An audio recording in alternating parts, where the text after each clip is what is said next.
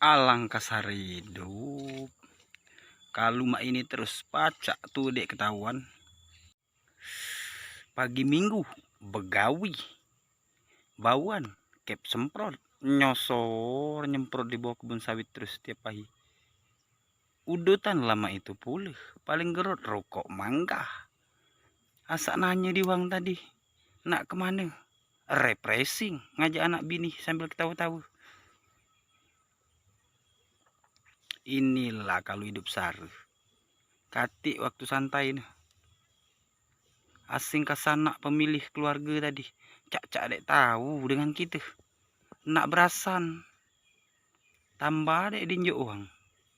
Coba man kita berduit. Teka orang lain lagi pacak ngakui kita sana. Nak kemana nu? Oh ini sana aku. Oh aku kenal dengan orang ini.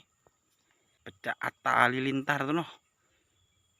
Kawin lagi pacak didatangi Presiden Joko Widodo. Alangkah sehat hidup.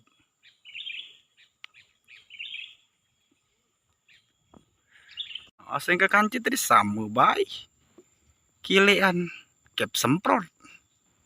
Coba kanci tadi orang kuliahan. Orang gerot. Orang kaya. Cak artis. Pacak terkenal aku nih. Tiap hari begawi di kebun uhang. Nanggo upahan. Asing ke gaji tadi. Sebulan bule-bule habis bayi. Balik ke dusun. Nyaka duit pinjam dengan uang. Mana pacak nak ngumpul kah? Asak bertanya dengan uang tadi. Begawi di mana? Pertamina. Begawi di mana? Jadi LAJ. Ditanya. Lah terbangun belum rumah? Lah terbangun. Di pinggir lintas pula. Aman kita nih. Mana? Balik ke dusun. Numpang di rumah mertua. Balik ke dusun. Numpang di rumah rentua. Coba men-channel YouTube aku nih. Subscriber pacak 1 juta. Yang nonton berpuluh-puluh ribu sahi. Pacak merubah hidup. Ini. Lah berjalan 5 bulan, 6 bulan subscriber masih di bawah 1000. Jam tonton lagi sare. Naknya ke 200. Mana hidup nak ada perubahan. Begawi tadi lah sare terus. Bukan cak uang tuh pegangan pena, pegangan laptop. Kita di parang panjang. Gagang dodos, pegangan egrek. Kip semprot. Asang ke tangan tadi ampalan, pecah-pecah. Pacak diiris ke kapalan untuk umpan ikan. Kalau mancing mungkin dia mau umpan di apa-apa. Ngiris di kapalan.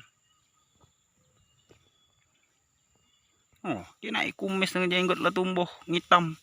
Dia tercukur.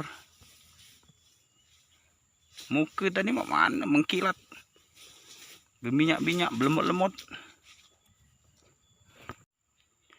Balik dari begawi.